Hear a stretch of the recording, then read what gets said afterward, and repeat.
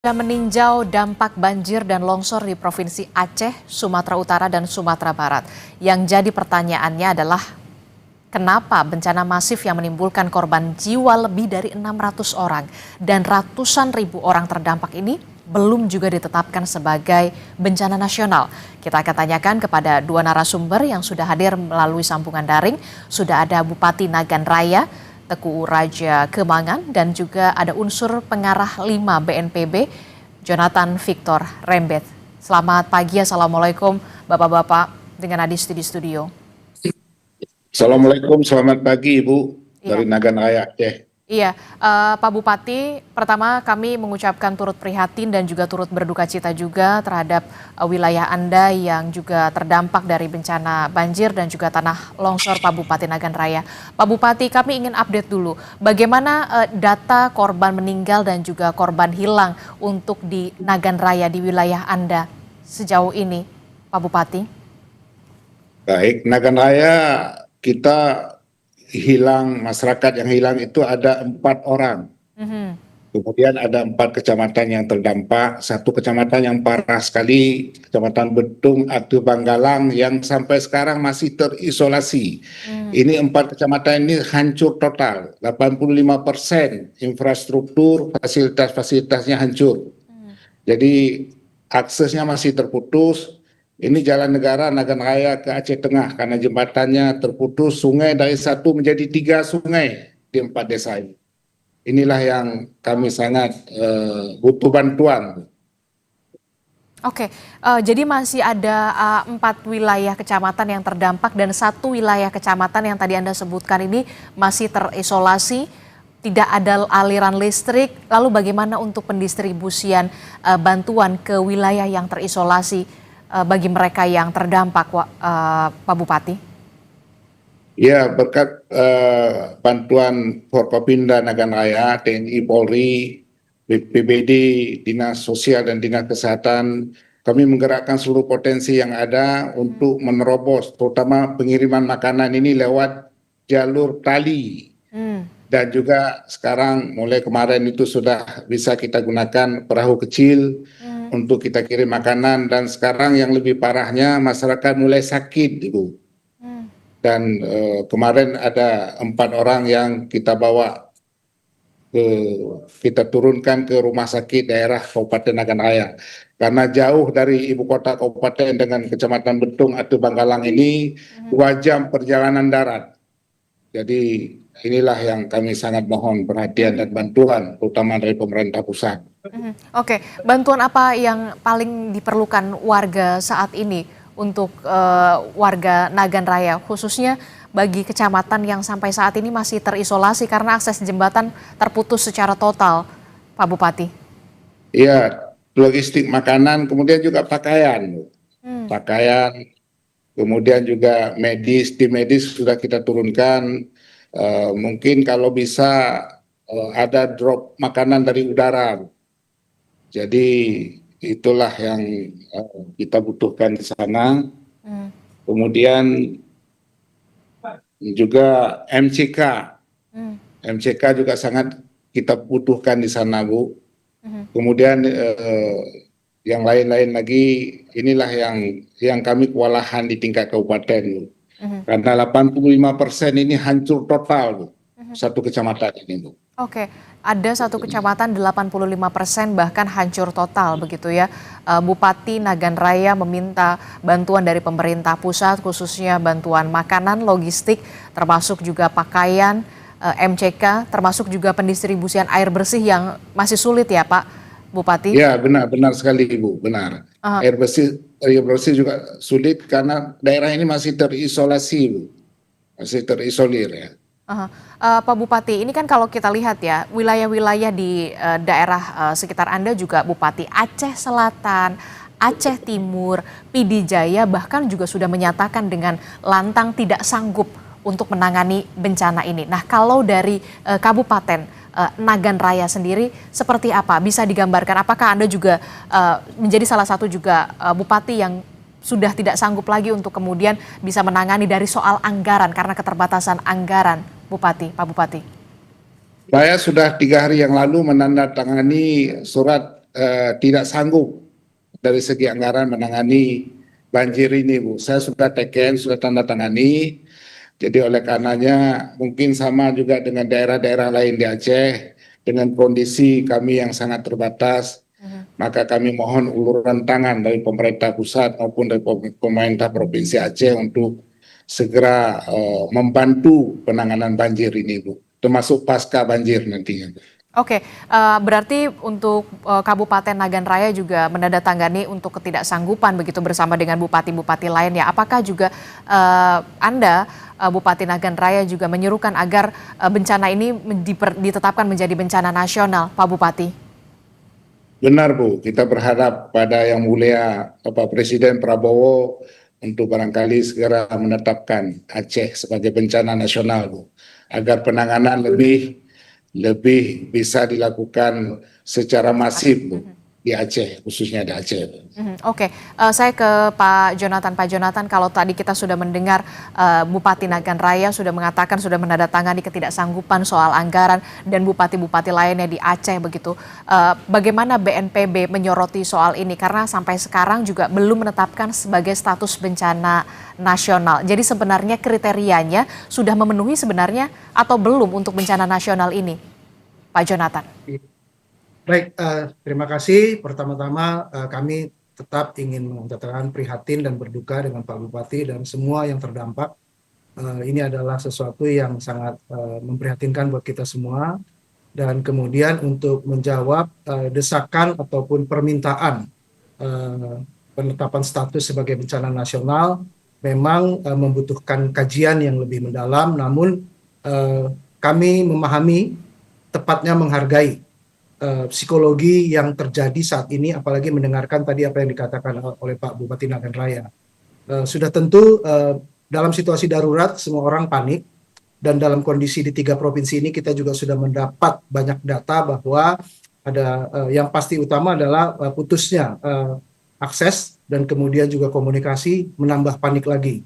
Namun memang kami menghargai itu adalah perasaan dari teman-teman yang terdampak. Ketika keluarganya terdampak, sudah tentu mereka ingin mendapatkan bantuan yang secepatnya, termasuk juga dari Pak Bupati dan mewakili bupati yang lainnya, kepala daerah yang lainnya pasti sangat memerlukan bantuan yang menolong dan kemudian mampu paling tidak meringankan apa yang dialami oleh masyarakat yang Bapak pimpin dan semua warga yang terdampak.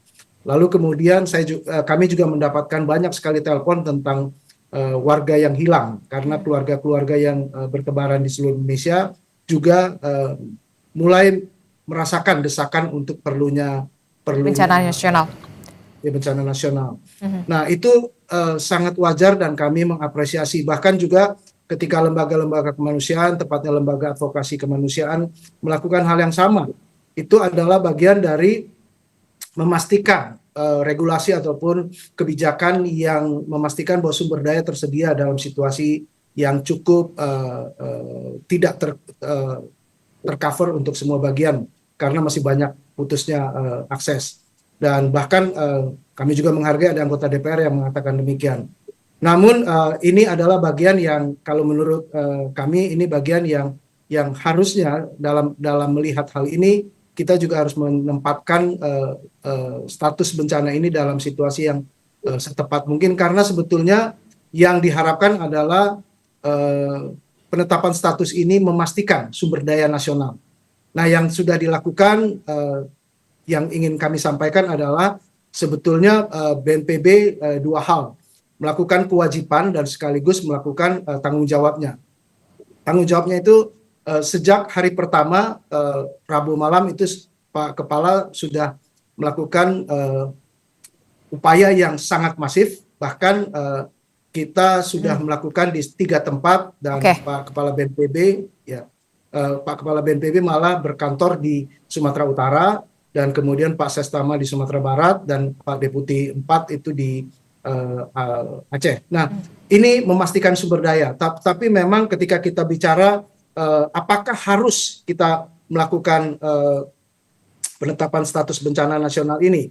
Nah, disinilah mungkin yang perlu kita sama-sama berbicara, Pak Bupati dan semua masyarakat yang sedang memperhatikan, dan kemudian dengan desakan-desakan ini kebijakan itu baik, tetapi ada sesuatu yang melampaui kebijakan, yaitu yang kami suka bicarakan di BNPB, yaitu frasa bahasa Latin salus populi suprema lex esto. Artinya kita bicara bahwa keselamatan masyarakat harus melebihi kebijakan, bahkan hukum. Nah, itu yang sudah dilakukan oleh BNPB. Bahkan empati sudah diberikan oleh Pak Kepala BNPB yang mengatakan kalau bisa seluruh kantor di Jakarta pindah ke daerah rawan bencana. Apalagi yang kami sudah lakukan adalah selama ini sudah sejak minggu kedua November bencana sudah berulang.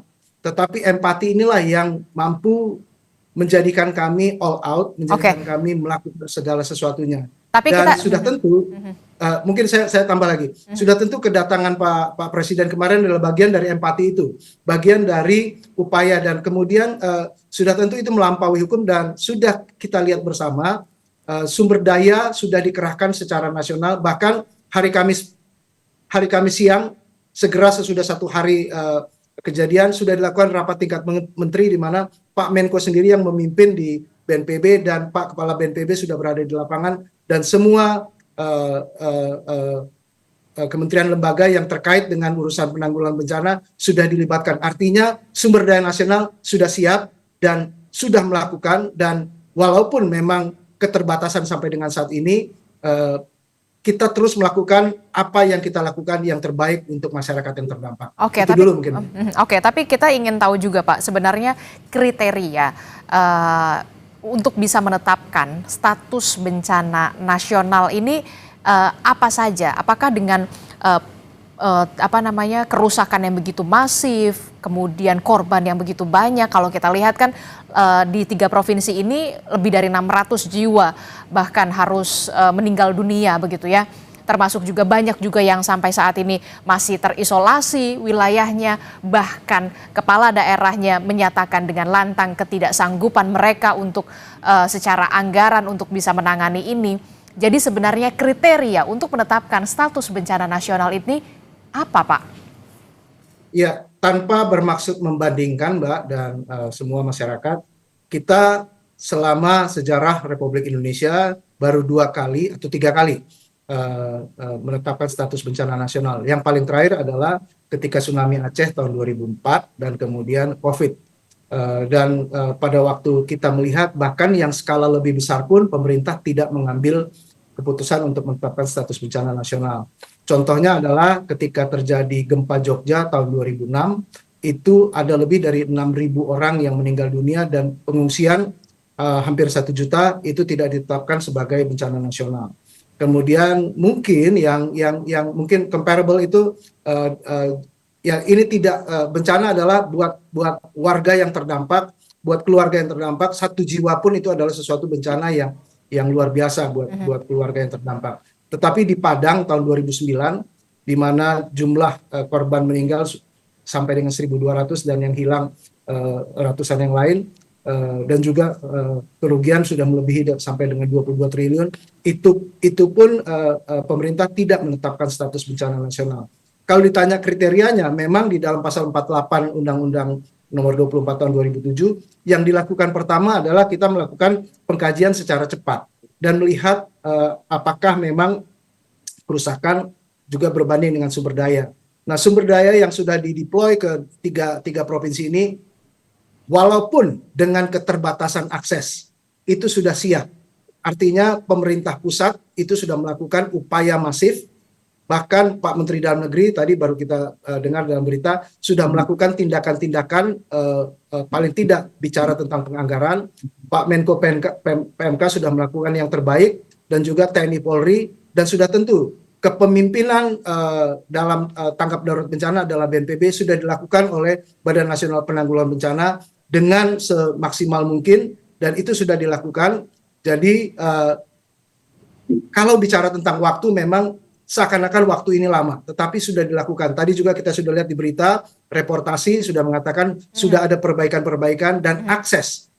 Semalam juga kita sudah mendengar dari Kepala BNPB, upayakan di daerah-daerah yang paling buruk terdampak sudah bisa dilakukan dalam 1-2 hari ini. Jadi demikian, kalau misalnya bicara tentang perlu atau tidaknya, saat ini dari kaji cepat dampak kerusakan sumber daya sumber daya yang menjadi desakan orang untuk menetapkan status bencana nasional itu masih bisa dilakukan dengan penetapan dari 3 gubernur bahwa ini status tanggap daruratnya adalah penetapan bencana di tingkat provinsi dengan bantuan full sepenuhnya oleh pemerintah pusat. Oke, bagaimana Pak Bupati Nagan Raya, bagaimana respon Anda setelah mendengar penjelasan dari perwakilan BNPB soal status bencana nasional ini yang sampai saat ini belum ditetapkan karena memang tadi penjelasannya pemerintah pusat sampai saat ini masih terus mengupayakan secara komprehensif dan juga secara masif. Bagaimana Pak Bupati? Kalau menurut kami bermohon kepada Bapak Presiden supaya bencana besar ini dapat ditetapkan sebagai status bencana nasional. Itu memang benar barangkali apa yang disampaikan oleh Bapak dari BNPB, tapi khusus untuk Kabupaten Nagan Raya sampai saat ini itu belum ada bantuan dari pemerintah pusat yang kami terima, Pak. Jadi oleh karenanya saya kira dengan penetapan status bencana nasional ini maka penanganan akan lebih cepat. Karena ini terkait dengan waktu juga. Ini masyarakat boleh sakit semua. Jadi oleh karenanya mohonlah Bapak, mana yang terbaik untuk kami ini, dan kami memang sudah kewalahan sekali dengan kemampuan daerah, sebagaimana tadi kita sudah menandatangani ketidakmampuan daerah. Saya kira demikian. Oke, jadi kami ingin konfirmasi kembali, dari pemerintah pusat belum ada satupun bantuan yang masuk ke wilayah Kabupaten Nagan Raya. Pak Bupati? Ya, belum. Sampai saat ini belum itu. Oke, bagaimana Khususnya dari pemerintah. bagaimana BNPB untuk menyikapi ini? Belum ada satupun bantuan yang bisa masuk ke Kabupaten Nagan Raya dari pusat. Baik Pak, apa yang Bapak katakannya akan kami teruskan langsung kepada pelaksana di lapangan. Sudah ada Pospenas di Aceh dan itu akan kami segerakan dan kemudian menginformasikan kepada perwakilan BNPB yang bertugas di Aceh untuk bisa melakukan langsung tindakan segera dan memperhatikan apa yang dikatakan oleh Pak Bupati Nagan Raya. Terima kasih Pak untuk informasi ini, itu sangat menolong karena memang akses komunikasi kita sangat terbatas walaupun dari Kementerian Komdigi sudah memberikan beberapa akses internet satelit, mungkin di Nagan Raya sudah mendapat juga untuk Starlink dan kemudian akses lain bantuan udara akan disegerakan juga karena memang keterbatasan heli yang untuk pengadaannya juga di semua daerah ketika ini terjadi bencana di 3 provinsi dan hampir 50 kabupaten kota. Demikian Pak, diperhatikan dan disegerakan kepada pihak yang bertanggung jawab untuk Provinsi Aceh. Terima kasih sekali untuk informasi yang Bapak sudah berikan. Oke, yang kemudian jadi pertanyaan kita bersama adalah bagaimana kemudian warga di Kabupaten Nagan Raya bisa bertahan ketika pendistribusian juga masih terhalang gitu ya, aksesnya masih putus begitu dengan pendistribusian yang seadanya begitu, Pak Bupati. Bagaimana warga Anda bisa bertahan? Kami tetap setiap hari itu melakukan distribusi terutama makanan, juga pakaian mungkin hari ini sudah masuk, kemudian juga obat-obatan, karena ini memang sebenarnya kita punya bandara, Pak, Bandara Cunyadin Kabupaten Nagan Raya. Sebenarnya untuk bantuan-bantuan ini juga bisa diterjunkan lewat Bandara Cunyadin. Jadi itu sebenarnya tidak ada kendala untuk pemberian bantuan. Kemudian ini sinyal HP juga kita masih sangat terganggu. Ini saya berbicara ini hanya ada di satu tempat di Nagan Raya, di Polres Nagan Raya. Yang di tempat lain tidak ada, Pak. Belum ada.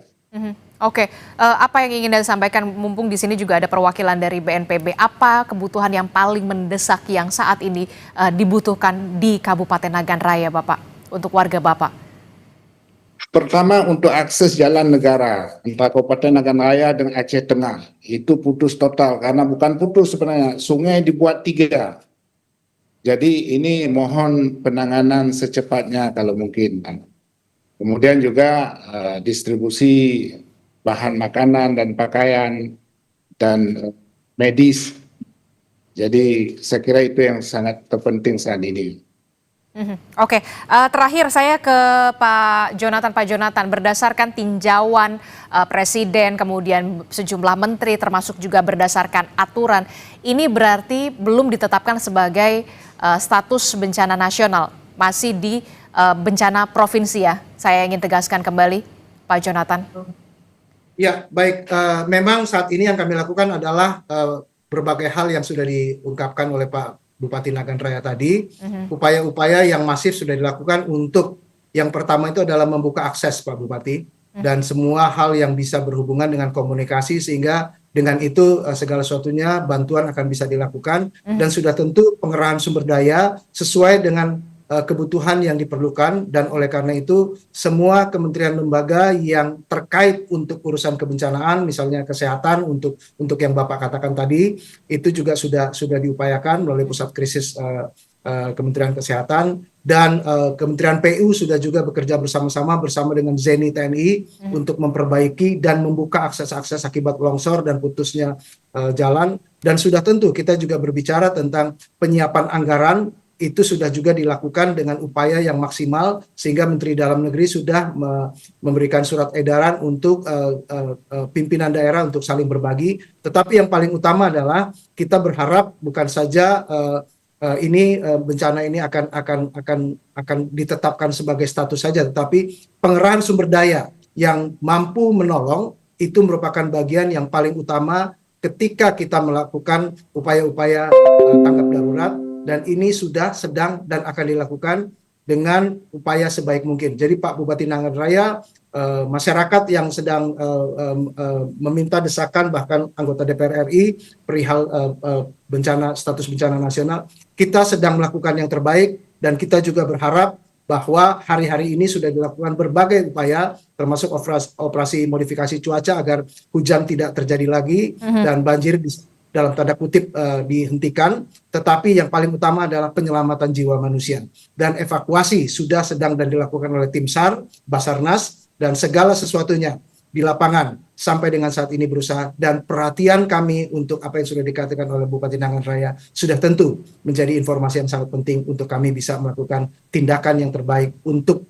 daerah seperti Nagan Raya dan daerah lain yang masih memerlukan bantuan. Demikian dari saya. Oke, mudah-mudahan bantuan dari pemerintah pusat bisa terdistribusi dengan baik, karena memang Kabupaten Nagan Raya juga tadi disebutkan belum menerima satupun bantuan, baik itu pembukaan akses jalan bagi kecamatan yang terisolasi. Tentu kita harapkan ini menjadi atensi juga bagi pusat untuk bisa memberikan perhatiannya juga ke Kabupaten Nagan Raya. Terima kasih Pak Jonathan Victor Rembet.